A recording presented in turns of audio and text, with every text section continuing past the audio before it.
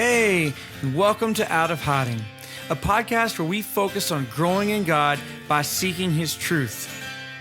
Hosted by Dan Morrow and David Flores. And I started a new diet kind of after the fast. I kind of used the fast to jump start where I wanted to be. And I've got up every morning early. I got the new dog, so she wakes me up and at 5, take her outside. And I make myself whole oatmeal and just put some honey in it, and then cut up some fruit or nuts. You're gonna get ripped. And I just eat that every day. They call that crunchy. Dan's went crunchy. Every freaking day I've been eating that. And I was having all this indigestion and man, it's been since the fast, and I've been eating really blender type food, rice. Man. Feel better? Not only that, I've had so much energy. The week that we did the conference, man, I was running on fumes by night 3. Absolutely. But I've been staying up till 11 reading, and then waking up at 5 and hitting the ground running. So it's been any good. Yeah, it's been good. Well, dang, that my lunch plans are gonna crash and burn. Food is fuel, right? Food is fuel. It is fuel. It's you're gonna put high octane in there. You're gonna put some stuff with water in it. I had tacos from Jack in the Box the other day. That's a staple. That's a staple, man. I grew up on those. I know. 99 cents. And I ate it this time, and I was like, man, I remember these being better than this. Well, we got a special treat. We got Nathan Smith with us. He's a friend. He's a member of Radiant. He's a business guy. He's owned and operated a bunch of businesses. He has no lower legs, but he has really nice shoes. Nice shoes. Nathan, I'm really excited to have you on today. Yeah. Excited to be here. I'm ready to hear your story. Man, I'd like to start with just kind of tell me a little bit about your background, how you were raised, that kind of stuff. Okay. Well, I Hang on just a second. Make sure you just pull right in. Whoop. I had it done before, but it just wasn't right. There you go. All right. So, raised in a little town in Oklahoma called Ardmore. I don't know if anybody knows where Arbuckle Wilderness and Turner Falls and all that spot is, but it's Oklahoma. It's not Texas, even though it's 30 miles from Texas. And anyway, raised there, moved to Dallas in 2001, transferred for work, and I've always been a Christian. I think 12. I was at Turner Falls, and we went to a church camp, and I remember being out on some old rickety steps and crying my eyes out, and singing all the worship songs and doing all that, and saying, okay, yeah, this is where it needs to happen. And so anyway, that's my beginnings, I guess, of being a Oklahoman and then becoming a Texan when I was 23, I think, and moved to Dallas. Was an insurance adjuster. Went through the insurance adjuster auto claims thing, and then decided that that wasn't for me. If the people who know me and you guys that know me, I don't like to do what people say. So me working for other people didn't. It was a little bit of a grind. It was a lot to unpack there. There's a lot to unpack there. Yeah, I don't know. That's something in itself. But anyway, so I decided that I was going to go out and do something on my own, and I guess in the meantime, one of the most important things that happened whenever I moved to Dallas was I met my wife, Brandy, and that was in 2001, about 4 months after I moved here. And then we got married in 2005. Then we decided to start a business together, and we moved to Padre Island, did some beach rentals, opened a restaurant, had all kinds of stuff that started snowballing. And then we decided that we didn't like the sand. And, whenever you think, okay, yeah, this is a cool place. Let's go. And then you move to where you like to vacation. And just, I don't know, something different about it. So we moved back to Dallas, moved and lived in downtown Dallas. Went to a church. It's a little bit bigger than Radiant in downtown. It's called First Baptist Dallas. I don't know if anybody's heard Never about heard of it. it. Just a little small establishment down there. And anyway, so we went there several years, several businesses. We decided 2017 that we needed a child, so we started working towards that, and luckily in 2018 we had our little girl. Her name is Gracie, and she's now 6 years old, and she's Addie loves Gracie. the circle of our existence right now, and everything that we do is following her around. So I know I said I don't like to work for people, but now I have Brandy and Gracie that I guess Yes, ma'am. I work for, and anyway, so that's kind of that, and we moved out here to Canton in 2021. Decided that we wanted some land and bought some acreage and built a house. And in the midst of all that, us three were on Thanksgiving Day 2022. We were coming back from Oklahoma. My family still lives there. So we were coming back on Thanksgiving Day and had a car accident. And that's whenever I turned my legs into some robot legs. And it really, I'm going to say it's been a blessing. It's something that, most people would say, not most people would say, do say, how do you do it? What's going on? Aren't you mad? God's come up several times of, that how could you not be mad at God? Sure. All these things. But, it's something that happened. I'm a firm believer in, we are all where we're supposed to be. God has a plan for us, and we're guided towards that plan. We're placed in certain areas in our life, and I really think that my life wasn't where it was supposed to be, and God said, dude, you need to chill out, you need to stop doing what you're doing. And Why do you think that? well, my life has been going after money. I mean, that's just been what I think I was, I don't want to say raised to do, because that's not what I was raised to do. But, my dad was a business guy in my younger days. And then we had some financial troubles whenever I was in my younger teens, which pushed parents into a divorce. And I just made it a goal that, whenever we lost all our money, that, hey, I wasn't going to be broke. You had decided you were going to fix that, and you were never going to allow that to happen to you. No, Is that what I'm hearing? Yeah, pretty much. Yeah. So, I made that a goal. And Was it a goal or an obsession? I would say both. Yeah. Yeah. Maybe started as a Addiction. goal, As a goal, turned yeah. into a... That was an addiction, really, Yeah. because I don't have, other than coffee, I don't really have an addiction. Never have had an addiction, except to, I want to say money. It was a greed thing. I would like to be clear right now, if you're listening. When someone says addiction, we automatically take our mind straight to the big ones, alcohol, drugs, sex, blah, blah, blah. However, if you really break it down, like Nathan's saying, there could be so many other things that we can be addicts to that are contrary to God's plan for our life, that get us derailed. And we were talking last night at the Bible school.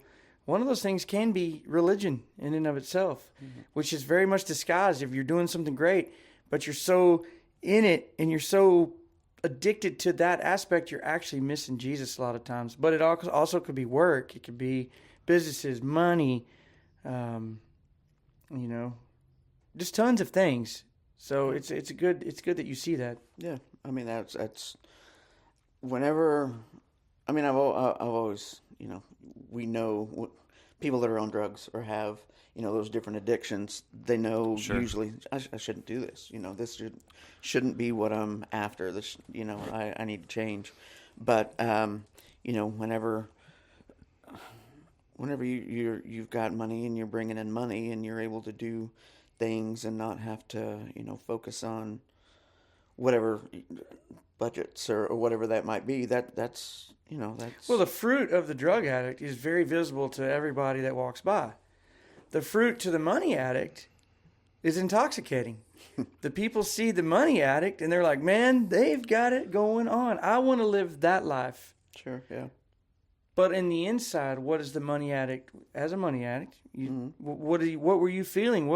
What promoted the reconciliation, if you will, of I don't know. I guess I've never done drugs, so I don't know. But from what I hear, a drug addict, as soon as you do drugs, you want more, you want more, you want more, and that's kind of a money addict. That's once you make 5,000, then you need 10,000. Yeah. And So then there was never enough. There was never enough. No. Yeah.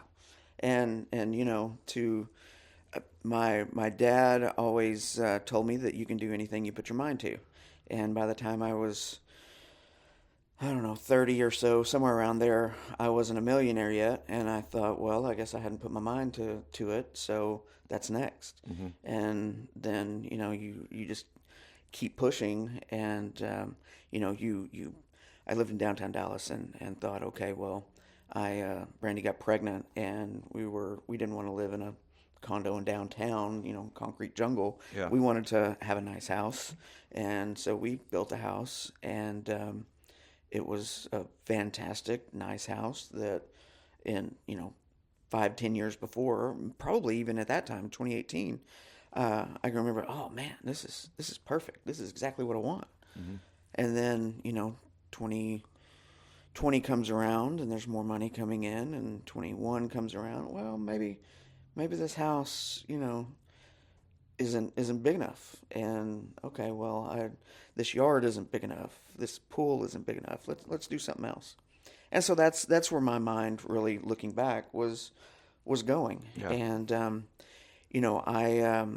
we moved out here. We bought 60 plus acres and built a house, and it's everything that we could possibly want. It's extremely more than we need. Mm-hmm. And now I can look back on that and say, wait a minute, do we need this? And whenever I think God, I'm going to say shut us down, is, we were going every other weekend to some really nice vacations. Yeah. And, it was just, it was wasteful. We had gone away from the church. I don't want to say gone away from the church. There wasn't anything that we were, I'm not going to church. Sure. It was just something that we didn't go anymore. And I just, whenever we got in an accident, I had, it was a bad accident. And, you all have seen the car pictures. We should not have survived, I don't think. And that was one of the first things that I thought whenever I saw what had happened, because I don't remember the accident. Brandy, my wife, she remembers. But I don't remember the accident at all. I don't really remember pain. I just remember 51 days in the hospital with, that was a long recovery. A lot of surgeries, and then within a year, I think it was 17 surgeries. I kind of get, lost on that, but I think there were 17. Total 180 something days out of a year that I spent in the hospital. Wow.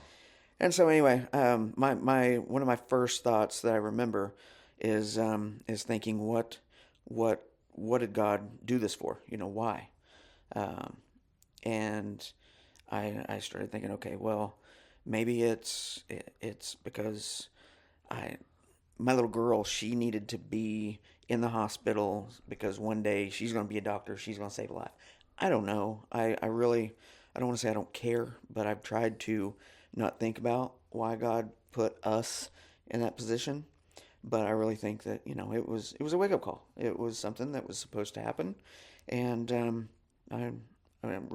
thankful for it. So you were able to take, honestly, right? I mean, a terrible situation. Most people never experience. There are some out there. I mean, everybody has their own stuff, right?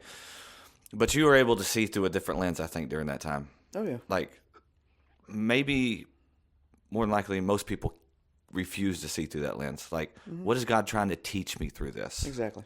Yeah.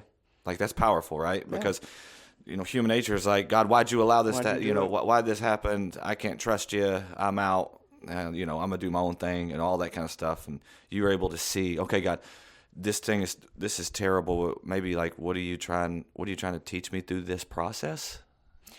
Yes. You would not believe the amount of daily, I'd say 2 or 3 times that a psychiatrist would come in the room and ask, "How are you doing? How are you feeling?" And I kept telling them, like, I'm good. What's the deal? And they kept saying, you're different. Why? And I would straight up tell them a few days after losing my first leg. They were still working on this one, but I would tell them, God did this for a reason, and I think God put me here for a reason, and we're just gonna.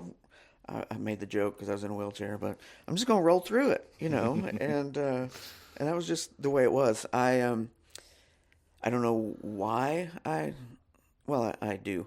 God made it positive for me, I believe, so that way I could make it positive for others, because I'm sure there's been and there will be many, many people that have the same situation.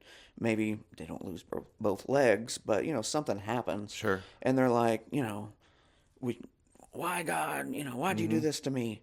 I actually, we all know people that are going through that right now in the church, and some really, really terrible things that happen to people, and I try to look at everything positive, and in a positive light of there's a reason for it, and so anyway, that's So before your accident, you kind of alluded to your addiction for making more money. Tell me about the hidden tolls on the family, because you say that with a negative connotation, which leads me to believe there were some negative attributes to pursuing that money like that. So what are the hidden things that? Because on the outside, Nathan, you guys look like you've got it all going on. You got nice cars, you got nice houses, you got it all. Like, everyone's looking at you, going, "Man, why can't I have that?" But I'd like to get honest with what were the negative sides of that. Why did you make that statement that you were a money addict? And because that implies you felt negatively about it. And why did you feel negatively about it? What tolls did it have on your family? I don't know if it had, other than, you ask my wife and she would say that I was constantly on my phone or constantly doing, these different things that involved business, whether it was staying up and answering calls until, 1 or 2 in the morning, or, having to get a call for work at 2 in the morning and taking off and dealing with the employees. But I don't know if there was really a negative scene other than to myself, me fighting with, I don't know if it's right, but why am I so greedy? I mean, that was, So you felt greedy. Yeah. I mean, the more. But at the same time, when I look back at it now, I see that my greed at the time, I believe, was placed on me for reasons. I was able to build a business to where now we have 19 employees. I've got another business to where we have 6 employees, and all of those employees have families. All of those employees depend on the money that we bring in to support their families, to do whatever they need to do with their money. It's helped me to where I can help family out. It's helped me to where when things are needed, I can help out. At the same time of saying that, no matter how much money you have, there's always the stress of, oh, okay, well, we've got however much money's coming in, but there's more money going out, and so you've got to find that balance. And it doesn't matter if you make $30,000 a year or $300,000 a year. It's still, your rent is $600 a month, or it's It's relative. $6,000 a month. More money, more it's always problems. there. Yes. Wise man once said that. So, yeah, and so it's just no matter what it is, there's going to be stress. There's going to be problems. Yep. But looking back on it and all of the problems and all the failures and everything that I feel that I was chasing had led me to sit on this couch right now with. Well, let's with talk you about guys. some failures. Yeah. Tell me your, in your own words, what do you deem your biggest failure in life? Mm. I know I'm putting you on the spot, but it's go. called out of hiding. It's called out of hiding. Biggest failure in life? Well, man, I don't know. I will say that when I talk about failures and regrets, I don't have any, and it's I don't know why I think that way, but it's more purposeful. I believe that if I failed in some manner, whether that's starting a business and raising money and bringing the wrong people in, and I was Sure. pushed out of a company back in You the day. believe it's part of the molding process, the journey of shaping and building character. Yeah. So out of that character building, what do you think, what situation built the most character in you? I'll rephrase to fit that mind. Because I like that. That's cool. But what we always talk about is, well, we did this, we did that, and we did that. Yeah. However, we forget the failures are what taught us the biggest lessons on how to modify the next time, how to bounce back the next time. The ability to fail gracefully is what I'm asking. Well, there's failing gracefully. There's been times when, failure has not been graceful, going from having a business and, just failing, let's say, miserably and not having a business and moving back in with mom, Sure. whenever I was younger and having to do those things. And at the same time, you kind of get in your mind, okay, what did I do wrong? What do I not do next time? And how do I get out of this? Yeah. And, this is a step back that I don't want to take again. There's been a couple of those. So mental fortitude. Some people, though, they fail once and they're just like done forever. It's over. So Sure, yeah. what did you do to not fall into that trap? And I think, sorry, Yeah. but Go ahead. I think what I hear you say is right. Like, okay, yeah, failure came. Whatever, failure. We'll put the word failure on it. Failure came. What can I learn from this? Sure, yeah. What can I learn from that? Because many people don't think like that, right? It's like what Dan just said. Like, I failed, must not have been the will of God. We start blaming everybody else, right? Why this took place? It's like the montage on a boat in a storm. You're standing on the top. Absolutely. Why am I here? But I think there's another side to this that you're bringing to light, right? Okay, I got to move back in with mom. Okay, what took place? What are some bad decisions I made, right? Yeah. Be able to own it. Yeah.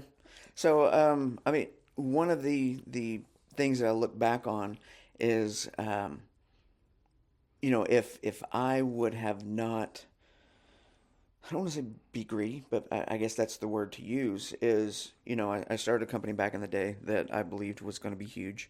And it still could be, but that's a different story. But raised a lot of money and was in the process of going, and took on the wrong investors that I kind of trusted and got pushed out on. And looking back on that, if I would have been more, I guess, observant with my money and let God me be better steward of what God was giving me at the time, I probably would have not had to say, okay, well, I need more because I want the biggest patio, in downtown Dallas so that I can, live here. And chasing after those material things. That's where I see is a failure that I have had personally, is again chasing material things, not being a good steward.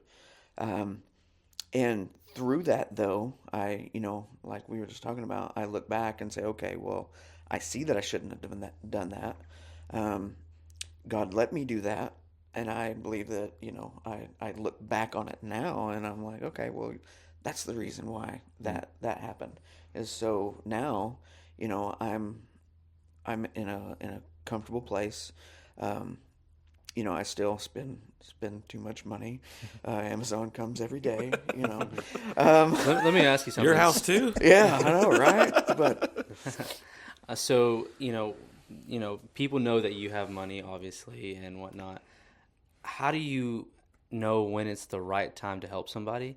And if somebody's like, hey, I'm late on this bill, or whatever the situation is when they come to you, because I feel like everybody's had this happen where people come to you. When do you know it's the right time to help somebody, and it's not the right time? Like, you get what I'm trying to say? I really don't know when, and we've had this discussion in the room of people coming to us and saying things, and not knowing. I think it was a couple months ago. I did have somebody come to me and ask for some help, and that same day, Adam and I actually had a lunch, and that same day, I also had my Bible study, and that morning, is it James? I don't remember. Where's our yeses and our nos? And anyway, so I had read that morning, and read it. Kind of went over, not over my head, but I read it. I did it, and that was it. And then I go to lunch, and the first thing I ask Adam is, I know that there's a lot of people that come to you as being here at the church. I've got like one or two people that are coming to me. How do I deal with it? And the first thing that Adam said was he quoted that same scripture to me that I had just read a few hours earlier, and I'm like, okay, I see what's going on. I hear you. I hear you. I see the setup. Yeah. So I am still struggling with that. What I am working on right now is reducing my income that comes in that's supposed to go to me through profits through the companies, and learning where to put that money to where it's going to do good. Yeah.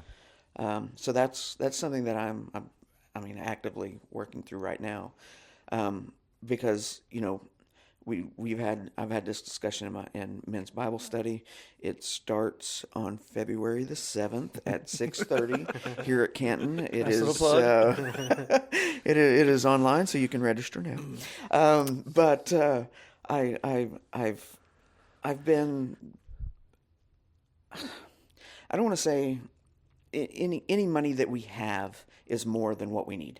I mean, whatever that is. We're always asking for more. We're always on a goal for more. But whenever we get down to the nitty gritty,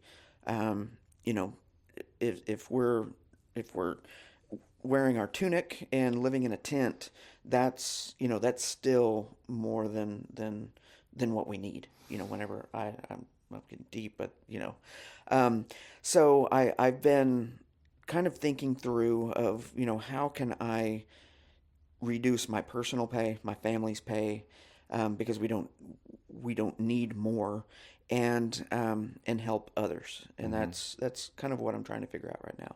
Gotcha. How do you relate to the rich young ruler? The parable, you know what I'm talking about? Yes. Well, I think that it's a lot different in that he was told, get rid of everything and come follow me. I don't feel like I've been told get rid of everything and come follow me yet. Why do you think he was told that? Because that was his addiction. Yeah. That that was his greed. That was, what he needed to do. That's what had his heart. Yeah. That's what had his heart. Yeah. And Jesus said, basically, I want your heart. Yeah. And I can't have your heart if that is If your that is obsession. your obsession. Yes. Yeah. And so I feel like this summer I was going through some things, and trying to figure out where do I grow? Do I grow? Do I stand? Do I do we sell everything? Do we and just move away? What do we do? Yeah. And I in thinking kind of figured out that no, we're comfortable where we are. I think we still need to grow, because I believe that God gave me the ability to see, some things that are in business that need to grow, that need to help. And with growing, I can still help people to hire more employees, help the employees that I have to make more money, to do whatever we need to do, to help, the church. This church is growing leaps and bounds. And so, the church needs more money, because we've got to we've got to find room for everyone. So I think going back to the ruler, it was his greed, and I think that's kind of in a place where I was getting, and that's when God, shut me down and said, "Hey, give me your heart," and instead of falling down and losing everything, which could have happened. I kind Just of gave him your heart. This is, Yeah. and I was hoping you would take it this way. I was hoping you would take it this way because it's not the making money part that's bad, right? True. Yes. Like God has obviously gifted you to make money. Sure. Like he gifts people in all sorts of ways. And you're a guy who has vision for business, and I mean all of these kind of things. So God has gifted you with that. So if we look at it, okay, this is a gift from God. God gives no bad gifts, right? Yes. God gives no bad gifts. It's just what we do with it, right? Mm-hmm. It's what we do with it, and we go back to it. Okay, what really has my heart? What really has my? So if God's gifted me to make money, man, I'm going to go make money, and I'm going to try to finance the kingdom of God as best that I can. You know what I'm saying? So it's not the gift that's bad; it's how we process through it and what we're going to do with it. That kind of thing. I heard it said last night, just talking about money. Are we worshiping our wealth? Or are we using our wealth to worship God? Mm. Mm-hmm. And I really loved the way that phrasing goes, because it's so easy to fall prey to that rich young ruler story where we're studying the Bible, we're doing the things, but inside our heart is like locked into that money and that value. True. Yeah. And I want to also say some of the things that have changed me after our accident. Again, I fully believe that God pushed us out here to Van Zandt County. I know that He pushed us to this church because this church when we started is very different than what I was always grown up with. Yeah. This is a very comfortable home church. Mm-hmm. And I've always gone to church, worn a suit, done the Sunday best that I thought that I was supposed to do. Yeah. Until I and I'm gonna make a fun, until I rolled into this church. That's before you got the legs. Yeah, that's before I had the legs. That's another thing is that my doctors are in Denton. We kept the doctors because had the accident in Oklahoma, so that's quite a drive from here, and we were going about, if not every day, it was probably every other day that I couldn't drive. Brandy was driving me, and we were on our way to doctor in Denton, and we happened to drive by the church here, and I don't remember what was going on, but something caught my eye, and I told Brandy, I said, we're going to that church on Sunday. And, we, like I said, this wasn't our scene at the time. And she was like, we can't go to small country church on 20, and I was like, no, we're gonna go because we're just gonna go, and You we were did. just being led. We were, and Yeah. we did, and when we came in, and it was comfortable, and it's been home ever since.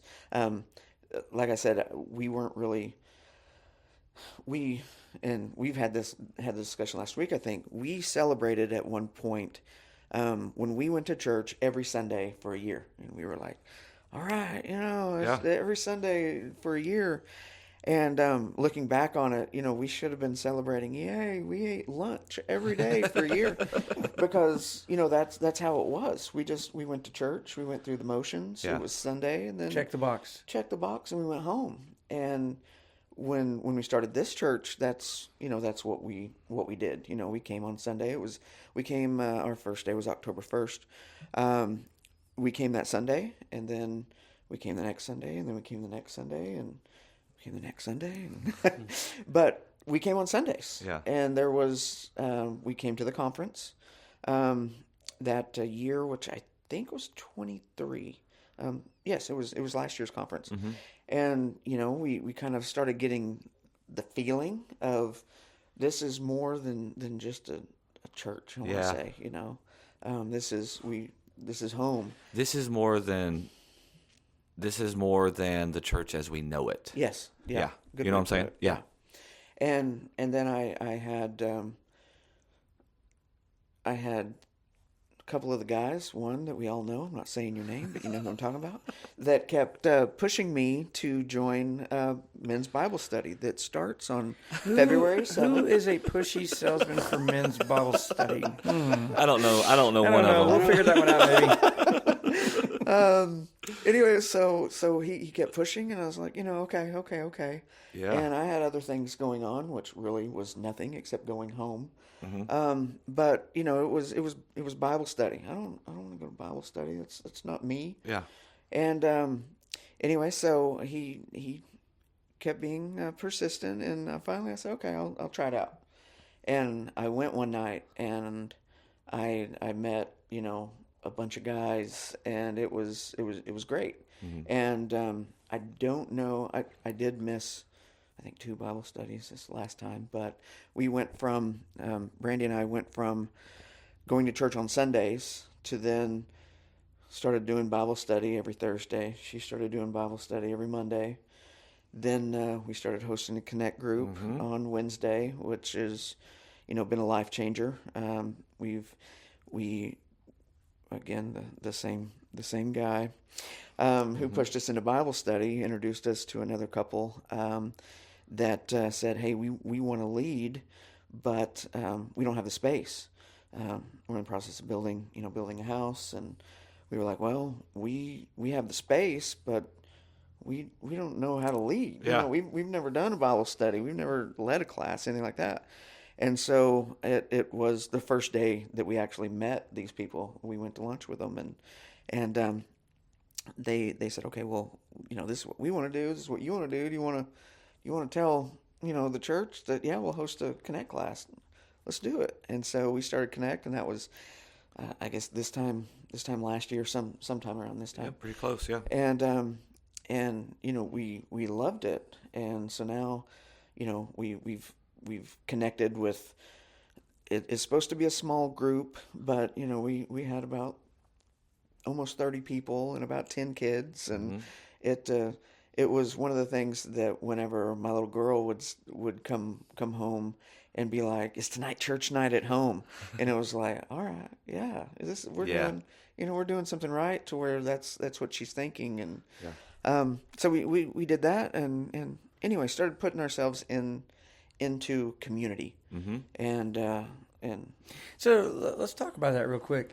What do you tell the people that always come up and go, I'm just too shy. I can't get connected. I don't have any friends.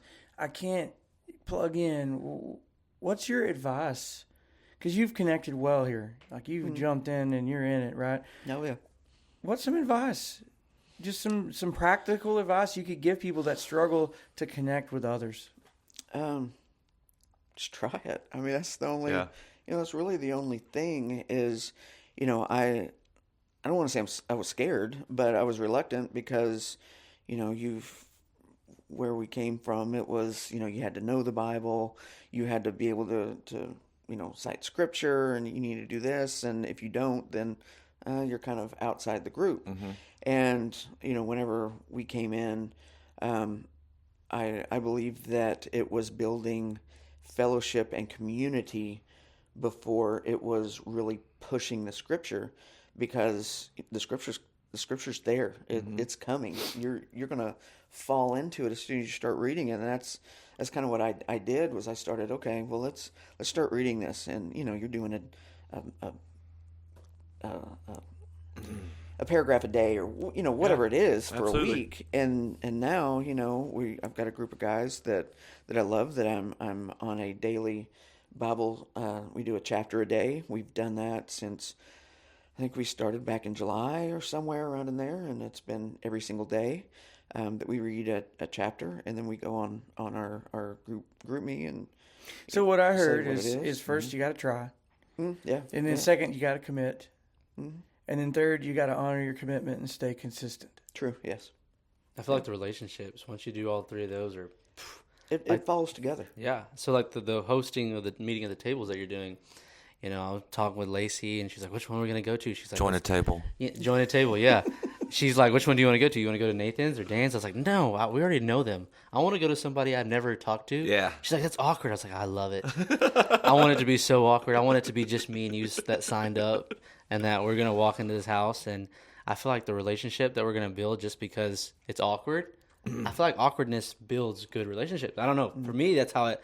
When I go into a meeting, I don't know the person, and just like, I don't know, maybe it's just my personality. Afraid, I'm just like, you're not afraid what? of the tension. Exactly. I'm not afraid to screw up, or like, I'm like, this may not work. I can jump in and jump out if it doesn't, So that's my mindset on it. But like you said, if you hit all those three, the relationships you build. I want y'all to catch that, because I hear this a lot. I work with people a lot that have trouble connecting, and the first one is be willing to try it. Like that was very clear. Yeah. The second one is to make a commitment, and then third is honor your commitment and stay consistent. And I've seen this time and time again as hosting a Connect group. The first 3 or 4, awkward. they're awkward. No one wants to talk. No one wants to share. Everyone's afraid that if they get too intimate, they're going to get cast out of the group, or if they get exposed to not know as much about the Bible, or blah, blah, blah, whatever, or their kids are a mess, or their family, they're junk. Look, everybody's got junk. Everybody's got mess. We are all just human beings. But isn't it cool when you get in those groups and those walls start coming down and you go, these people are like me. No, just like me. Oh my gosh, I've been living in isolation this whole time because I didn't think I added up. And these people are on the journey just like me. Some of our best volunteers come out of those awkward moments in my house. I got one right now, a couple in mind. These people hated the church. She made him come. He sat on my couch with his arms crossed with his head down for 3 times. And one day I mentioned the phrase, I got hurt at church. And he perked up. And I said, hey, man, you want to share? We left there in tears. Him sharing his experience. And the group rallied around him. Yeah. And now they're deeply connected here. They serve here. They work here. They got friends here. Their lives changed for the better out of that. Be willing to go. Yeah. Be consistent. Or have a commitment and then be consistent with it. I think, and what it all points back to, right? I think sometimes we can overcomplicate things in church. We're really good at that. We just need to add another thing over here, another thing over here, and before you know it, you're spinning wheels all over the place. Yeah. You look at Acts 2, the birth of the church, right? 2 key factors that we see. This is what I see, right? They met in the temple, so they went to church, right? They went to church, and then they met in homes. Right? So yeah, they were going to church, but then they were also breaking it down relationally and going house to house, breaking bread, hanging out with one another, singing, all this kind of stuff. Like I think that's 2 components that really, like, if you say, man, I want to grow, right? Like I feel like I want to grow. I don't know how to grow. Number 1, go to church, right? Go to church. But then number 2, find a group. Yeah. Find a group. And I think when we do that, what we're going to see is things take place in our life, like Nathan's talking about here, where it's like, oh my gosh, a year ago, I can't believe what God's done with it. Are you hosting a group? At the table? Yeah. Yes. Yes. Are you? I'm not. You're not, but you're in a group. Yeah. What group are you in? I don't even know their names. That's how I just. That's good, though. I don't even know their names. I just signed up. This is what this one's all about. While we're on it, Adam, talk us through the table, the mind behind Yeah. it, the purpose. Like one more time. Like Yeah, I a few months ago, longer than that, I just started seeing this theme throughout the Bible: tables, tables, tables, tables, and powerful moments taking place around tables. And then, that's Old Testament, that's New Testament, that's both. We see transformation take place, the grace of God being poured out on people's lives around tables. And so I got thinking this idea, what are some powerful moments that I can preach off from the table, like these stories? So every sermon we've done the last 3 weeks have been centered around a table. Yeah. This week will be as well. But with that, we just don't want to talk about it. We want to experience it. We want to know it. So what we're doing after Sunday, so Sunday to Saturday, there's homes that are opening up all over Van Zandt County, really, right? You got them in Grand Saline. You got them in Quitman. That's not even Van Zandt, is it? I don't think it is. so. It It's is? well, it's Wood. It's right- Wood. yeah, probably Wood County. So we're pressing a little further now, right? But Grand Saline, Edgewood, Wills Point, Canton, all this kind of stuff. I think we have 15 to 16 homes that are opening up just to allow people the opportunity to sit around a table with one another, to build relationships. And the heart and the goal is this. From it all is that somebody who maybe wouldn't sign up for a Connect group, right? A 6-week long study in the book of Ephesians, which we're getting ready to do. But this would be just an introduction to say this is just a one-time thing that Lower we're level asking commitment. you. Absolutely. Test But the waters. That we're asking you just to take a step Of faith. and go meet some people. Yeah. And even when I say that, right, people are like, this is crazy. I don't want to do it. But I promise you, if you push past that awkwardness, if you'll get into that tension a little bit, there'll be some incredible things to discover. So that's what this whole At the Table series is really centered around, is not only do we want to hear about these powerful moments, but man, we want to experience them in our life. And so over this next week, that's what we're going to do as a church body. We have amazing host homes that are opened up, and I need you guys to sign up and go. I promise you. You won't regret it. Nathan, what are you cooking? Well, I'm not cooking anything. But Brandy, my wife, she always comes up with something pretty good, pretty special. David's gone several times. David and Lacey were in our last Connect group, and we will continue on with Connect group. I think that is not just. I think it's a life changer, not just for the people that come for the connections, but also for us to know that, okay, yeah. I want to go back to that. We were in his Connect group, and this kind of makes me a little emotional, but that awkwardness. Lacey, she's always kind of, behind me. She goes with me, and we went to the Connect group, and she didn't talk ever.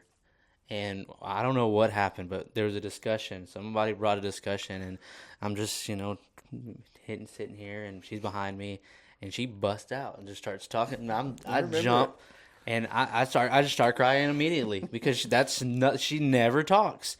And so, How long ago was that? When was that? I don't. 3 months ago. 3, 2 months. 3, 4 So let's months talk ago. about progression. I'm gonna call you out just a little Oh Lord. bit.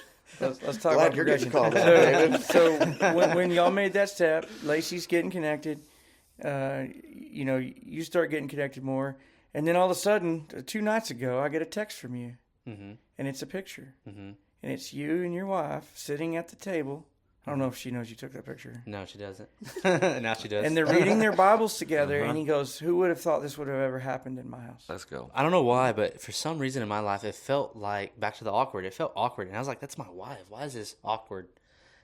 But I just started doing it. And honestly, I didn't really. Started doing what? Just started reading my Bible. I just opened up, and just said, I'm just going to start reading it consistently every day. And I just started it at the table. Go back to the table. Let's go. Look dog, at the man. plug. Let's Look at the go. plug. Gosh, Lee. David's At gonna the preach. table, all of a sudden my wife pulls her chair up, and she just sits there with me. And for me, I was like, why is that awkward? Why didn't I just say, come, let's read the Bible together? Yeah.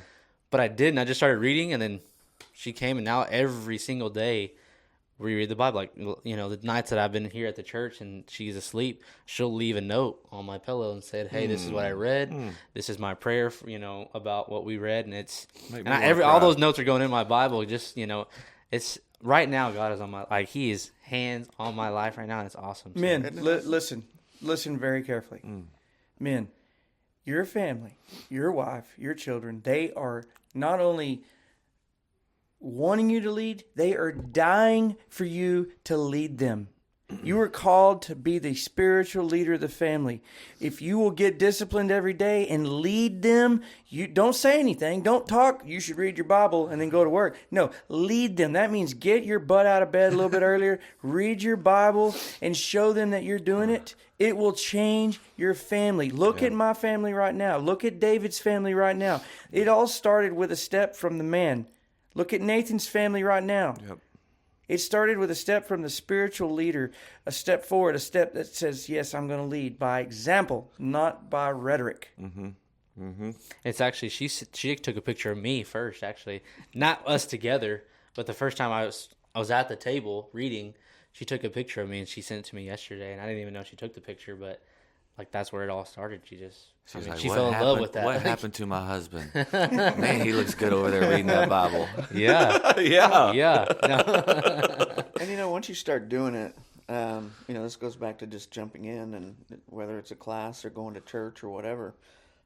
Once you start doing it and you start seeing that the Bible, and it guides you, you know, and this was so long ago, and these people didn't have, houses, per se, and they didn't have, all these things, but they had the same thing that we had, just and Jesus and everybody's telling us, this is what you need to do. Mm-hmm. This is what you need to do. And this was talking to them, and we look and we're like, it's applicable today. It's the same thing. Yeah. Yep. And, as you start reading the Bible, and as you start reading just, your chapter a day or whatever it might be, it starts talking to you and it starts changing your life, because whenever you do something wrong, which, we all do, and you start, oh, wait a minute, maybe next time I need to make sure and focus on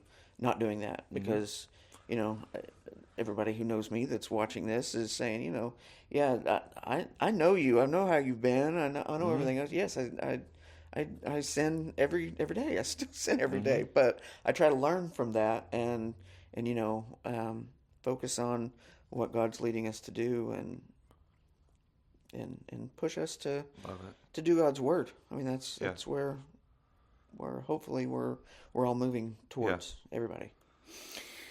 I want to wrap up with this. Last night I was sitting around talking with Dylan, and Dylan has been going through some stuff. God's working on him hard, and I said, "Man, are you all right?" And he goes, "I'm sad." And I said, "Oh, or it's because you broke up?" And he goes, "No, that's not it." I said, "Well, what is it?" And he goes, "Well, I'm sad because I've been thinking about all the things you and Mom did to me when I was younger, when you didn't have time for me. And now I see how much love is in your hearts, and I see the love, and I'm sad for my younger self. I wish we could have started this sooner." He's going through, and as a dad, I could take it two ways. I could be like, "What do you mean? I was working for you, punk." Or I could be like, "Gosh, you're so right. I wish I would have started at your age, David." So my hat's off to you. Don't stop running the race. Don't listen to Asher tell you when he's 22 years old, "Dad, why didn't you start it sooner? Why didn't you start it sooner? I had to go through all this pain because you weren't being a leader." That's what Dylan was saying to me. And now he's having to grieve the hurt and all of the damage in the wake of my selfish behavior. He's having to pay that bill, not me. I mean, I'm having to help him, but he's the one it really got hurt, and he was innocent in the deal. So hats off. And if you're listening and you're struggling as a dad, don't be passive. Be a leader. It's never too late. That's right. Start today. Yeah. Yep. And join Men's Bible Study on February 7th, right here at Canton. Let's go. Let's go. Nathan, thank you so much for coming on, man. You're a blessing. Thanks for asking. You're a good friend. You're a good man. You're a good dad. Thank you. Thank you. Thanks, man. Y'all want to go eat lunch? Let's do it. I'm hungry.